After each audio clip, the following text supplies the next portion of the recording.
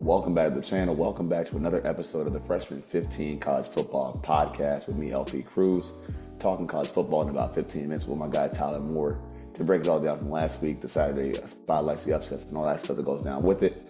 Tyler, my man, what is up? Not much. We talked about last week. To end the show, we said, hey, this week isn't going to be very good.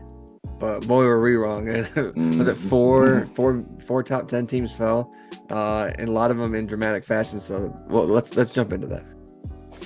Yeah, man. So I know I had my upset pick, which was Michigan on the road against Washington. That's, fit.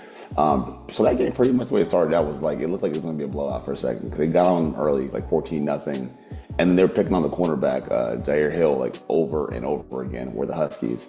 But they were down, but Michigan actually was able to stick with the run, which got them back in the game. And I think the biggest part was the benching of Alex Orji. Like once they benched Orji, it changed the whole dynamic. Now they can actually throw the football. So you bring in Jack Tuttle, you're passing the ball. And I think the other part that made the game tighter was the sequence at the end of the first half where Denzel Boston's wide open in the end zone. Rodgers misses it, and then they block the kick. They come back out. The Wolverines score a touchdown in the opening sequence. And now we got a ball game going on deep into like the late stages of the game in Seattle. But then I think from then on, I mean, like I said, it was kind of like a back and forth kind of exchange. It was pretty tight all the way throughout. But then Cam Fab makes the big pick at the last minute. They take the ball away. And then even for Jordan Gross, who had like the yips, man, he was tough on Saturday, but he got to take a bit of a redemption by putting them up by 10 late in the game. So they kind of coasted a little bit. I think had they not had the difficulties and struggles, they would have probably beaten the Wolverines a lot worse. But that was one top 10 team to go down. We had a couple more last week as well. Yeah, so to touch on that Michigan game, it's, if they can't run the ball on you, I think they're cooked. That's their bread and butter. They've already went from I can't remember his name to Orji, and then like you said to Tuttle.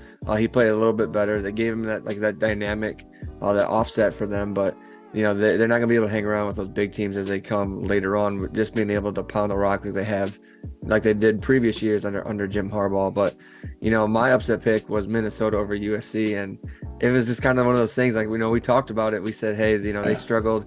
They struggled against Michigan. There was back and forth with Wisconsin. And it turns out, they play in Minnesota, and the weather played a little bit of factor in that game because, USC, that reminds me of Ohio State team previously where, they're more finesse than they are power. And, with it being windy, I think it was like a sustained 16 mile an hour with gusts over 30. It kind of took the passing game out of both of those teams and, forced them to run the ball. And, running the ball is Minnesota's bread and butter. And, PJ Fleck, he believes in his team, and they take the lead, and then it comes down to USC is going to throw the rock, and it ends up being picked off there at the end. But you could kind of see it coming, and USC has another big game this week against Penn State, which is a much tougher defense than the ones that they played before. So let's go ahead and maybe touch on, like, if you want to touch on like the Alabama losing to Vanderbilt, which is like the big shocker of the week. And then, off air, you and I talked about, you're like, hey, there's a team up there that I want to believe in, but I can't. And that's Tennessee. And we see them fall to, Arkansas. But, the one that's like that for me is Miami. They're playing in the ACC schedule, and they've played a lot of really close games. And Cam Ward's played some hero ball lately, and I think that's eventually going to come around to bite them when it comes to playoff time. Because the ACC is weak. When it comes to the playoff time, that's going to really turn around and bite them in the butt. So it's been a lot of teams last week too, man. And not to jump around our sections in here, but I know Miami, I picked them as like a dark horse to make the CFP. And the thing I've noticed is that they have not had what they expected out of their defense, obviously. That's a big one. Lost it again, man. Bobby back. But that's also a big thing that I've noticed. And even the transfer Damian Martinez is not kind of taking over the backfield. I was really high on Damian Martinez coming over from Oregon State to Miami, but a lot of it been thrust on Cam Ward to save them.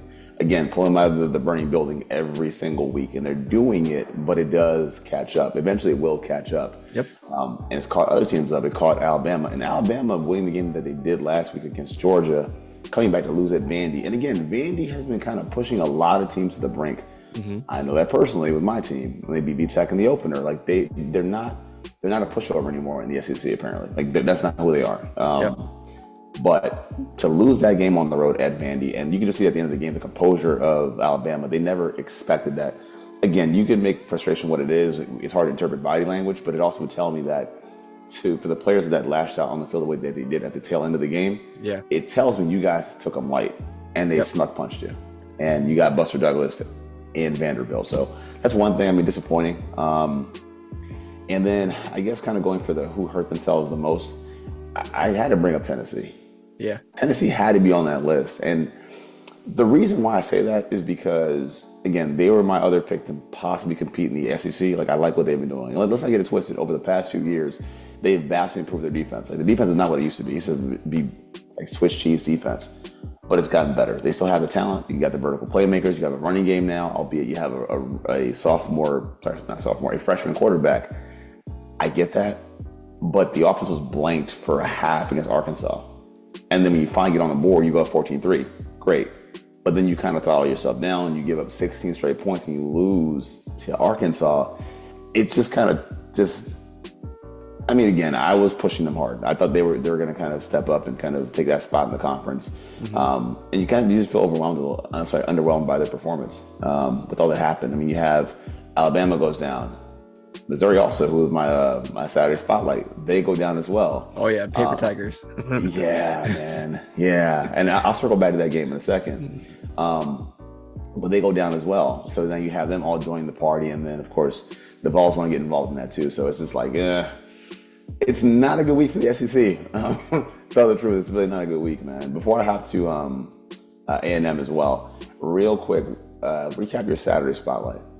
Oh, so my Saturday spotlight was that Michigan game. You know, you covered it too. So, you know, but that kind of leads me into like who hurt themselves. And I know it's kind of you could say the SEC as a whole, but I'm gonna go on with Michigan because you know this dates back to like Harbaugh leaving. You know, right before the season comes out, they get that scandal report that even more stuff is happening. You know, shared more deleting text messages, stuff like that.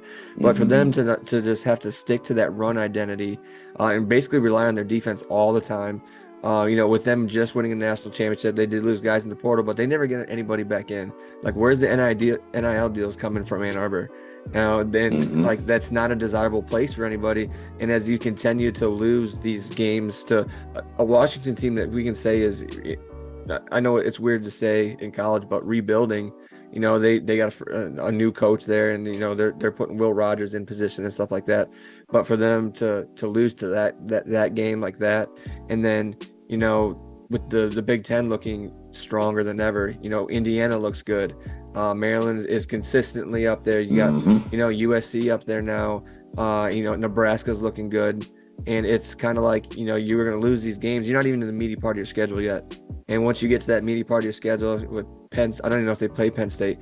I believe Penn State, obviously Michigan, you know, Penn State, you know, and Ohio State. You know, you're just gonna, you may just fall off into oblivion, losing these early games in the season that you should be able to win as defending national champions. I think Michigan's cooked for this year. I do too, and it's funny because they're more similar to Washington than I quite realized because the transition of the coaches. Yep. And yeah, this is gonna be a problem all day tonight.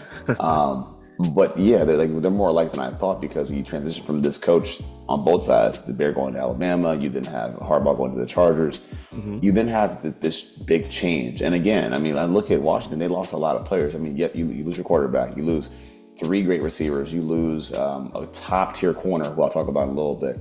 A lot of transition goes into what's happening with Washington, but also, again, you look at Michigan, I look at who's left there. You lose Roman Wilson, you lose Blake Corum,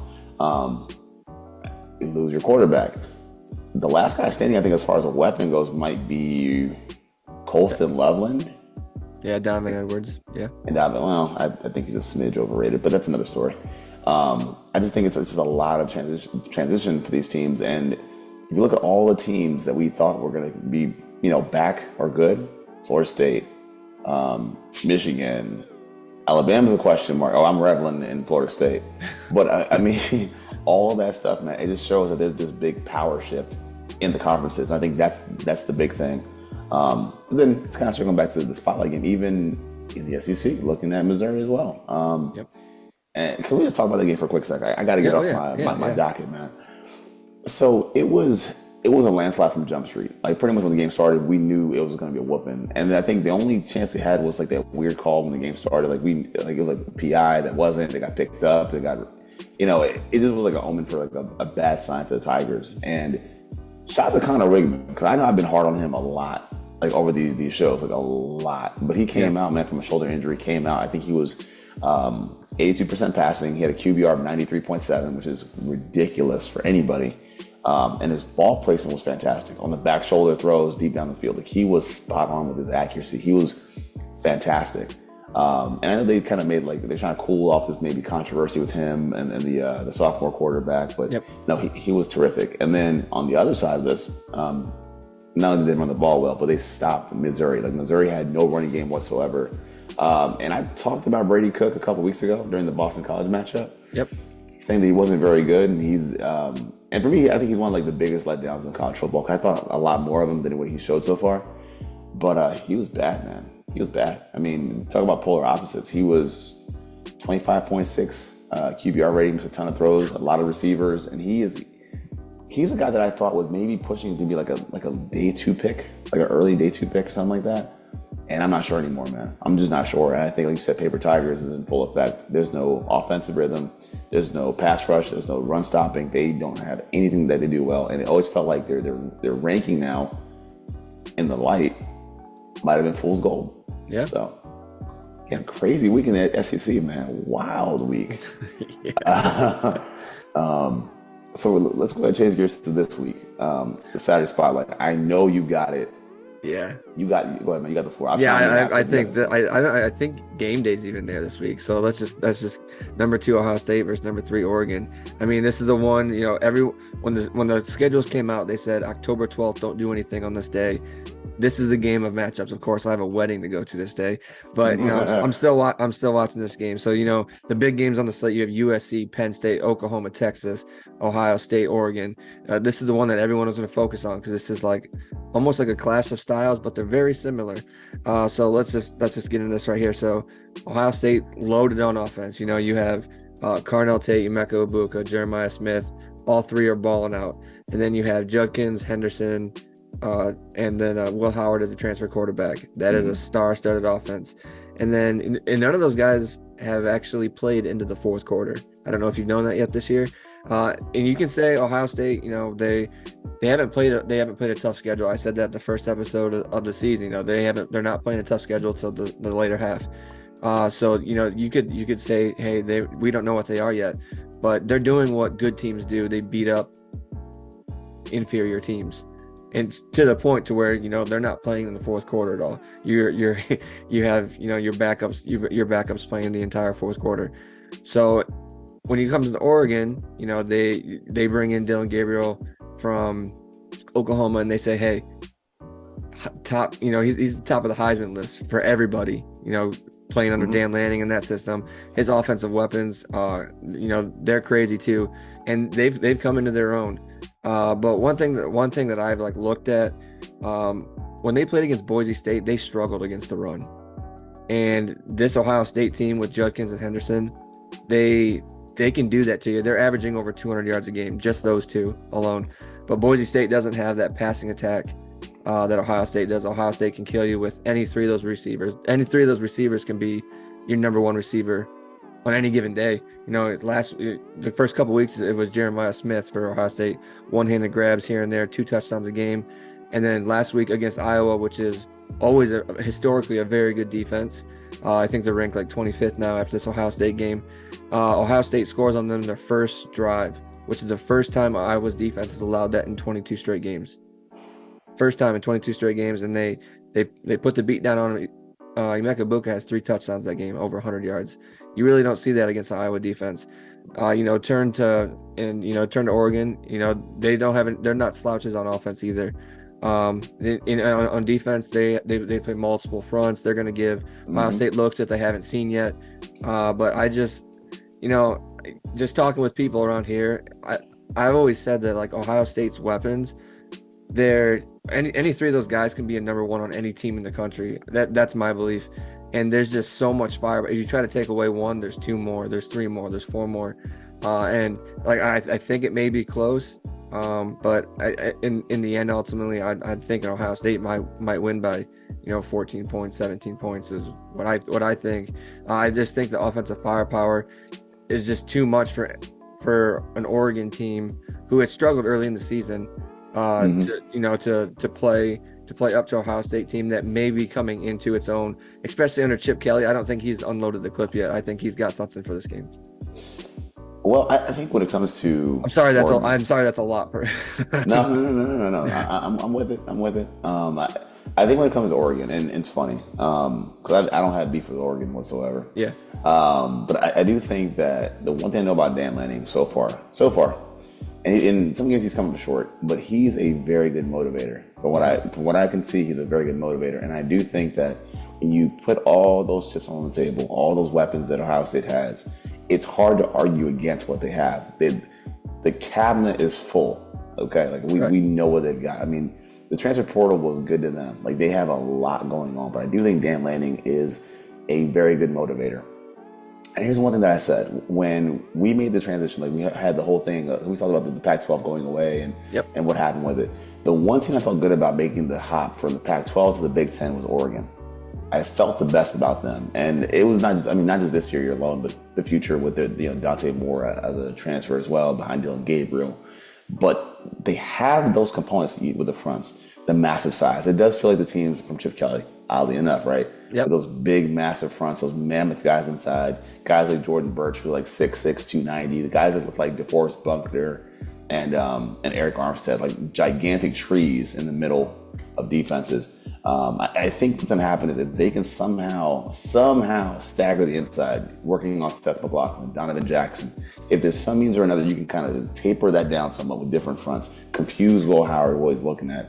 It's possible. I'm not saying it's likely. I do think that it's a 7-point swing. I will look at say, okay, Ohio State by 7, somewhere in that ballpark. Strongly towards Ohio State winning the game. But I do think if you want to do it, you got to somehow stifle the running game, which is a lot easier said than done. And then, I mean, you said, the three guys. Their best cover corner is Jabbar Muhammad. He can't be everywhere, obviously. Right. So other guys got to step up in his stead. And again, it's so many weapons. It's going to, honestly, man, I think it's going to come down to Dylan Gabriel. If he's going to have to probably be tasked to make the drive at the end of the ball game. Down by 4, can you stop these guys? Can you get down the field and win the game and not make the big mistake? I think that's what it is. I mean, this is the game of the week, undeniably the game of the week. Texas aside, Oklahoma aside, this is the game of the week, no questions asked. This is the big one. But I do think that there's a way. If Lenny can get his guys to step up, man, this is the moment. This is it right here.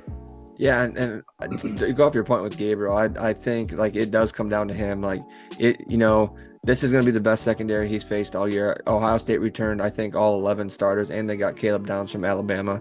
They are Jack Sawyer on defense. They're loaded, and they all came back for a reason, and we all know what that reason is. But it's going to be the best secondary he's faced, and he's going to have to. And they don't allow for they don't allow for big plays. They're not going to give him much room to find those options that Dylan Gabriel has. So like you said, it's going to come down to him. If he makes a mistake or two, that could be like you said, a 7-10 point swing that alternately changes the game. Yeah. Now for upsets this week, I got one that I don't think you're picking, but I'll go ahead and hear you out first. No, you go first. You go first. All right. So when it comes to this team, man, it seems like every time I try to get out with them, I get sucked back in. And that's Colorado this week, oddly enough. So after the loss, because I know I was very critical about them, Shedeur Sanders, their commentary, just kind of their internal structure of leadership.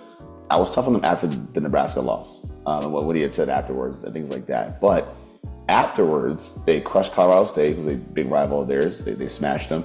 You have the miracle comeback win against Baylor, and then you blow out UCF. And I think they were not expected to win at UCF. I mean, some people didn't think they'd win at UCF. And Travis Hunter dominated. So right now they're 4-1, and they're having their biggest comp in the conference yet with Kansas State. And we know this, like the best player on the field, and I think we've been very spoiled this season with the Heisman candidates. It's so many guys. In a year where Hunter could be the Heisman, but probably not because there's so much competition here.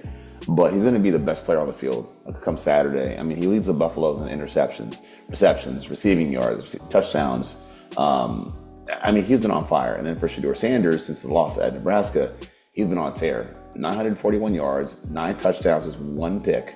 And I feel good about them getting the win, but it also means that they have to protect and block better. Shedeur's been sacked 17 times already this season. We know how that works sometimes with him. Yep. But that also means you have to block Brendan Mott. Mott is their edge rusher who's similar to Felix Anudike from last year. Similar style of player who can really rep the passing game. And I think also looking at Kansas State, you have Avery Johnson, who, as good as he's been, I mean, for a sophomore, he's a dual threat. He can throw the ball, he can run the ball. They're not good on third down, believe it or not. They're about 30% on third down, so they struggle to do that. And I think it's easy. And it's, again, simple formula, just stop the run, make Johnson have to throw the football on money downs. And I think you gotta win, man. I think you have the biggest win of the program, maybe, with Deion Sanders, possibly. So I think let me go with the Buffaloes and the Saturday nightcap for the upset. So mine is going to be, and, we're going to touch back to like this SEC thing, how they just beat up on each other last week. We kind of didn't see it, but I'm going to go with 2 coaches that can never seem to get out of their own way. They always play up or down to the level of competition. So I'm going to take LSU over Ole Miss in this game. Both, like I said, both coaches, they can't get out of their way. LSU always seems, and Ole Miss as well, they whatever their level of competition is, they're playing. So this is going to be a pretty equal game. They're both ranked. LSU is ranked a little lower. I think they're like 13th and 9 or something like that. So is one of those things when things get into a bind, can Lane Kiffin coach his way out of a bind? Same thing with Brian Kelly, but I think Brian Kelly has a little more experience with it. He's a little more headstrong with it. So I think the LSU in that defense is going to confuse Jackson Dart enough that LSU is they're gonna win this game. And I don't think, because right now I think Ole Miss is only favored by 4 points, but I'm gonna say LSU's gonna win this game. I think LSU's gonna win this game by double digits.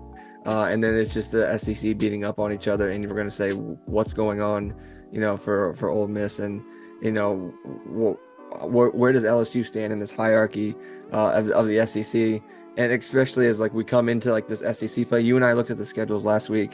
With Georgia could possibly be like a 3-loss team, 4-loss team. How does that play out for like Alabama and those other teams that are coming up as they get into the meaty part of their schedule? Because we could see like an LSU sneak into the college football playoff. I keep telling you, man, the bias is not dead. Yeah. They'll find a way. They can find a way. They'll find a way. But that's a good one. I mean, so I saw one game and I didn't cover it. I didn't go into the details, but I was like, I'm gonna kick myself later for not saying it, because for those that don't know, you and I have like a bit of like a walk-off session where we'll kind of hit the stop record button and we'll just kind of talk and wrap the show afterwards. Yeah.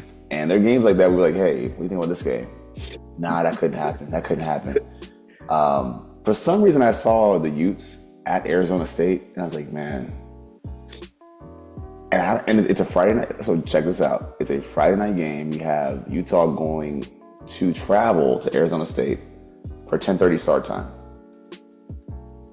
Just saying, man. If there's a game that we would say, put it up, off the record, whatever. I think it's pretty like a 4.5 point favorite, something like that, in favor of the Utes as well. I think this is the one, man. I think this is the one that we wake up on Saturday morning after putting in, well, for me at least, putting in parlays and say, hey, should have called it. I think this might be the one, man. Yeah, it wouldn't be surprising because they're with Cam Rising still, are they? Yep. Sure. So of course. I mean that team is completely different without Cam Rising. I mean, when he leaves the program after 9 years, I don't know what they're going to do. So, I mean, they're just at a loss for quarterback. But there was another one that I thought I seen, but it's not Mississippi, Georgia State. There's no way. It was, hold on. Maybe I didn't see it. I think South Carolina. No, it's South Carolina, Alabama. Alabama. Nah, There's no way. nah. There's no way. There's no way they do that twice in a row. I mean, if it happens, it would never happen under Nick Saban, but we don't know what it's like under Caleb DeBoer. And that was a point that I kind of wanted to bring up as well. Even last year, I thought that at points, I thought that Oregon was not the better team than Washington, but they played 2 close games with it. I thought that they would have been better. Yep.